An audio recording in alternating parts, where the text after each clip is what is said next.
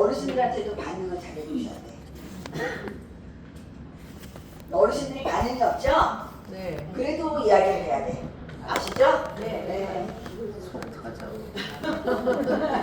그래도 해야 돼. 저기 뭘 물어봐도 대답도 안 하고 있어도요. 계속 물어봐야 되고 이렇게 해드릴게요.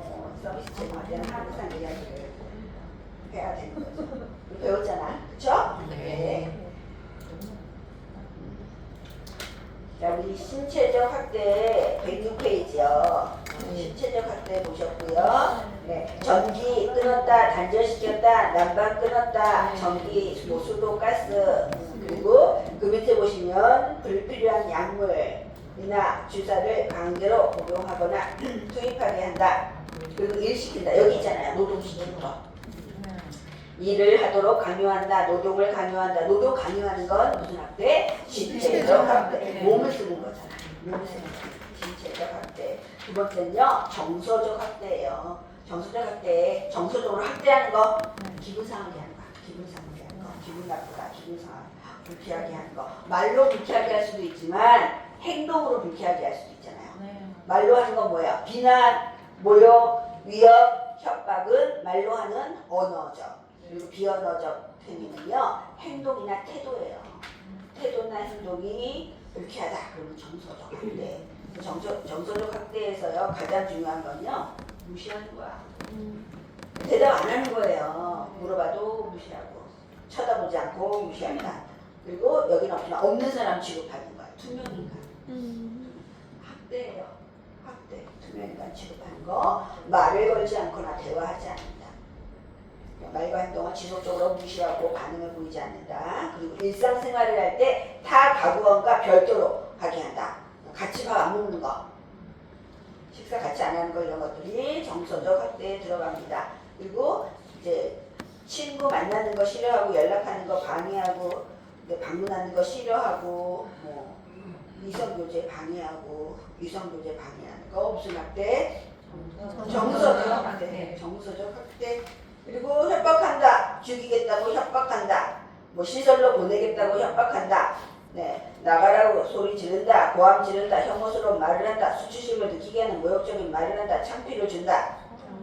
정서적 학대. 그리고 제일 아래에 있는 집안 경조사에 참여시키지 않는다. 집안 경조사에 참여시키지 않는 거 무슨 학대? 정서적 학대가 되겠습니다. 자, 다음은요. 성적 학대예요. 성적 학대. 네 번째 성적 학대. 성적 수치심 유발 행위, 성희롱 성추행, 성희롱 성추행. 노인의 의사에 반하여 강제적으로 행하는 모든 성적 행위를 말합니다. 성희롱 성추행뿐만 아니라 성희롱 성추행뿐만 아니라 자, 두 번째 칸에 보시면요. 신체를 빗대어 수치심을 주는 언행. 수치심을 주는 언행을 하는 건 무슨 학대였어요? 아니 수치심 주는 그거는 정서적 학대잖아요. 근데 앞에 신체를 빗대어 나오면 성적 학대예요. 신체를 빗대어 하면은 성적 학대입니다. 신체를 빗대어 신체적 학대 아니에요. 신체를 빗대어 수치심을 주는 언행을 한다. 성적 학대가 되겠습니다.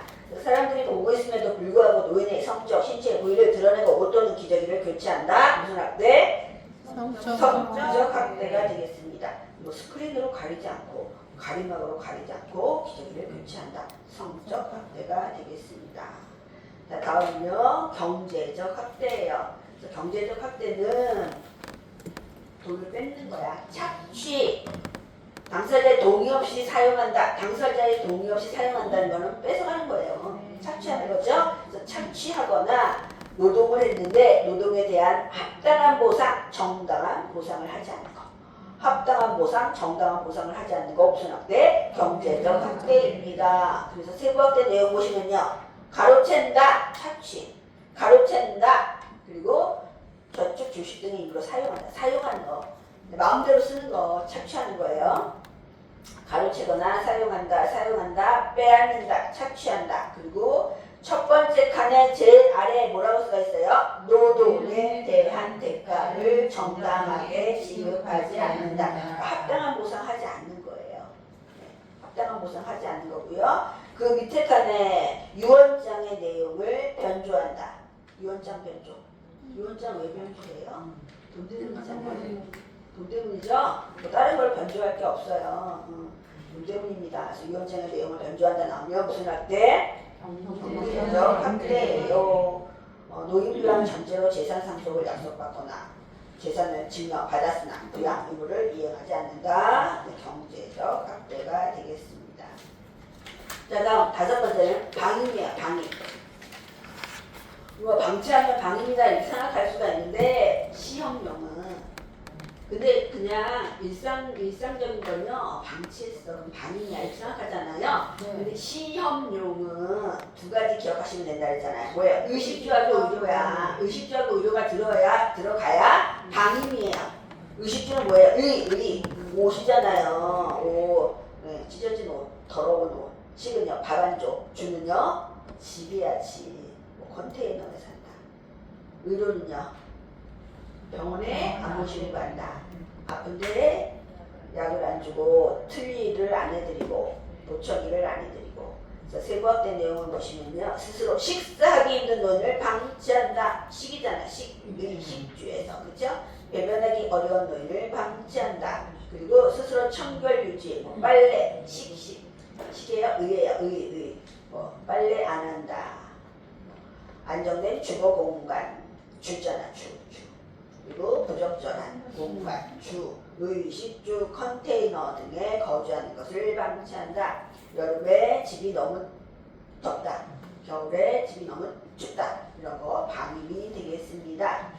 그리고 밑에 보시면요. 경제적 능력이 없는 노인의 기본적 생존을 위한 뭐를 지원하지 않아요? 생활비를 지원하지 않는다. 생활비 어디에 써요? 의식주에 쓰잖아요. 그러니까 생활비 나오면 경제적 학대인가 보다 이렇게 생각할 수도 있잖아. 돈이니까. 그러니까 생활비 나오면 의식주를 딱 생각하세요. 의식주에 쓰잖아 생활비를. 그래서 무슨 뭐예요? 네? 방임이야. 방임이에요. 의식주. 그 밑에 보시면요. 필요한 보장구, 틀니, 보청기, 돋보기, 지팡이, 고장난 보청기를 끼고 있다. 그러면 방임이에요. 네. 안경이 깨져 있다. 그러면 방임이에요. 네. 그리고 제일 아래 감병소리라는 건 뭐예요? 방임이에요. 그래서 방임 나오면 그 단어를 생각해야 돼. 의식주하고 의료 안에 보장구가 들어가고요. 의료 안에 뭐가 들어가요? 간병이 들어갑니다. 간병. 자, 여섯 번째 자기 방임. 방임은 방임인데 누가 하는 거? 자기가 하는 거. 자기가 거부한다. 스스로 거부한다. 자기 방임. 유기는요? 버리는 거예요. 유기는 유기견 생각하라 했잖아요. 유기견. 강아지 버리는 거 유기견이죠. 버리는 거. 유기하는 거. 예전에는 유기를 어디다 해요? 산속에 하잖아. 고래장 그림이잖아요. 그렇죠? 근데 지금은 어디다 해요? 그래 요양원 시설에 입소시키고 오지도 않아. 연락 안 해. 본인 부담금도 안 내. 연락 두절에 왕래하지 않아. 본인 부담금 안 내. 가출 또는 배회한다. 여기 가출은요 치매가 있어서 가출하는 거야. 찾아야 되죠? 안 찾아. 유기예요. 나선 장소에 버린다. 그리고 배회하는 상태에서 발견된 노인에 대해서 부양 의무자가 부양 의무 이행을 거부한다. 배회하는 상태에서 발견됐대요. 치매 때문에 배회하고 있어요. 그런데 부양 의무를 거부합니다. 유기 버린 거예요. 자, 112페이지 보시면요. 두 번째 줄. 누구든지 노인 학대를 알게 될 때는 어디에 신고한다? 노인보 전문기관 수사기관에 신고할 수 있으며 누구든지는 신고할 수 있어요. 누구든지는 신고 의무자가 아니에요. 그런데 요양보호사가 직무상 노인 학대를 알게 될 때는 즉시 어디에 신고한다? 노인보호 전문기관 또는 수사기관에 신고할 것을 의무화하고 있다. 신고하지 않으면 500만 원 이하의 과태료를 물게 된다. 500만 원 이하의 과태료를 물게 됩니다. 다음은 113페이지 보시면요. 노인학대 예방을 위한 유관기관의 역할. 유관기관이요. 관계에 있는 기관. 유관기관, 관계에 있는 기관.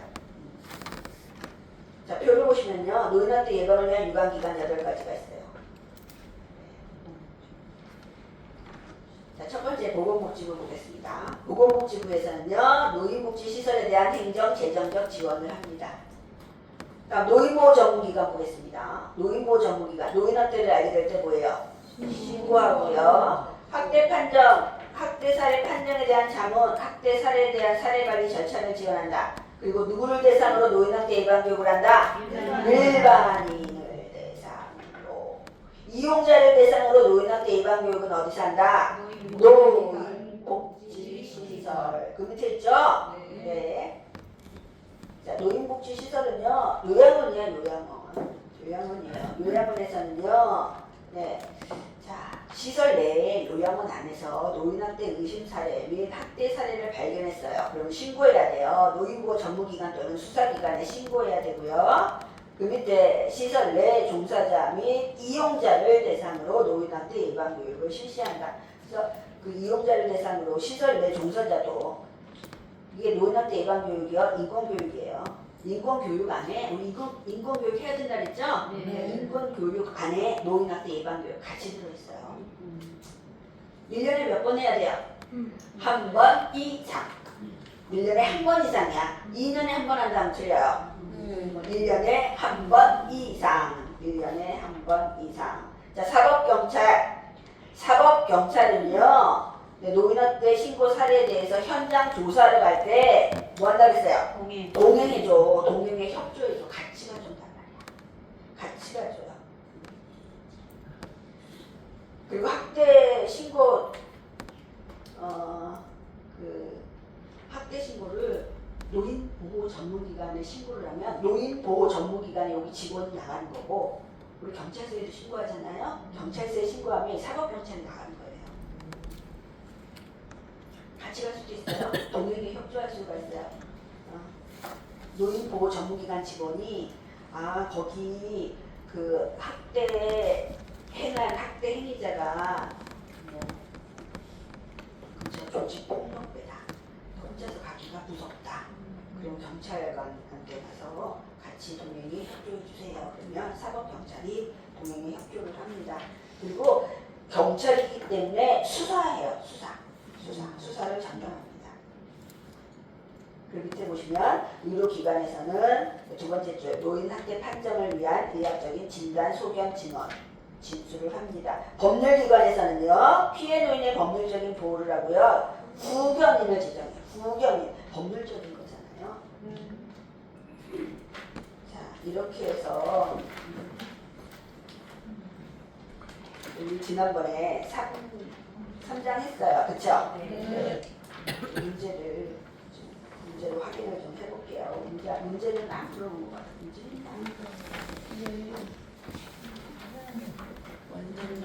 완전 정보.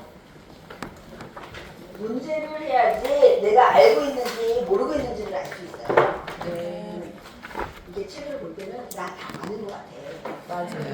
누가 보면 알쏭달쏭해. 그럼 내가 모르는 거야. 그럼 그 부분을 또 보시면 되는 거예요. 네. 책을 보면은 자꾸 보던 거는 자꾸 보고 안 보던 것도 안 보게 되거든. 문제를 먼저 보셔야 돼요. 문제를 확인하는 게 더 중요해요. 48페이지에 14번부터 안 했나요? 맞죠? 48페이지 14번부터 안 했죠? 네, 14번부터. 48페이지에 14번부터 네, 34번까지예요. 34번. 네, 끝까지가 34번. 52페이지까지. 네. 네,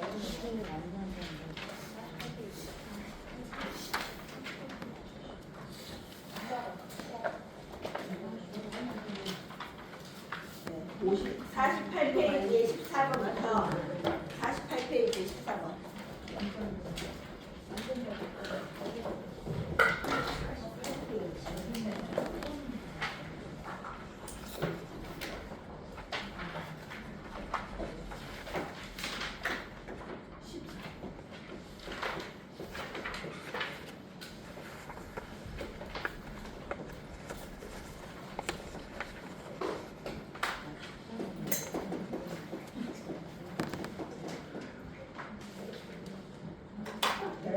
여기까지 하실 거예요.